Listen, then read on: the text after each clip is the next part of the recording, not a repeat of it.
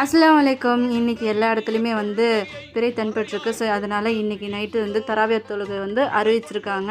அதெல்லாம் கேட்டதுக்கப்புறம் தெரிஞ்சதுக்கப்புறம் நம்ம சும்மா இருக்கலாமா? ஏன்னா இன்றைக்கா நாளைக்கான்ற ஒரு டவுட்லேயே இருந்தோம். ஸோ எல்லா இடத்துலையுமே அதிகாரப்பூர்வமாக நாளைக்கு தான் சஹரு, இன்றைக்கி நைட்டு தராவியான்னு சொல்லி வந்ததுக்கப்புறம் நான் வெளில ஷாப்பிங் கிளம்பிட்டேன். ஏன்னா வீட்டுக்கு தேவையானதெல்லாம் வாங்கிட்டு நைட்டுக்கு நம்ம சஹருக்கு ரெடி பண்ணோம். நான் இஃப்தாருக்கு எல்லாமே வேணும் இல்லையா? ஸோ அதுக்காக நான் கடைக்கு கிளம்பிட்டு போயிட்டு வேண்டிய பொருட்கள் எல்லாம் வாங்கிட்டு வந்துட்டேன். ஸோ இன்றைக்கி நைட்டுக்கு பிரியாணி செஞ்சுட்டு அதுக்கப்புறம் சஹருக்கு அதுதான் இன்றைக்கி நைட்டு 10 தொழுகெல்லாம் முடிச்சதுக்கப்புறம் சமைச்சு முடிச்சுட்டு காலையில் சஹருக்கு என்னன்றதை நான் மார்னிங் அப்லோட் பண்ணுறேன். இன்றைக்கி என் டே ரொம்ப சந்தோஷமாக ஹாப்பியாக போகுது. எல்லாருக்கும் இனிய ரம்லான் நாள் வாழ்த்துக்கள்.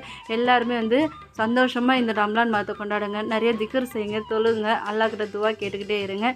நம்ம இந்த வருஷம் எல்லாம் நோன்பு வச்சுட்டு நம்ம செஞ்சுருக்க அனைத்து பாவத்தையும் அல்லாஹ் தஆலா மன்னிக்கணும்னு சொல்லி நிறைய ஜிக்கர் செய்வோம், துவா செய்வோம். இதே மாதிரி நீங்களும் எல்லோரும் நிறைய ஜிக்கர் செய்யுங்க, துவா செய்யுங்க. அண்ட் நிறைய ஏழை மக்கள்கள்லாம் இருக்காங்க, முடிஞ்ச அளவுக்கு சதக்கா செய்யுங்க.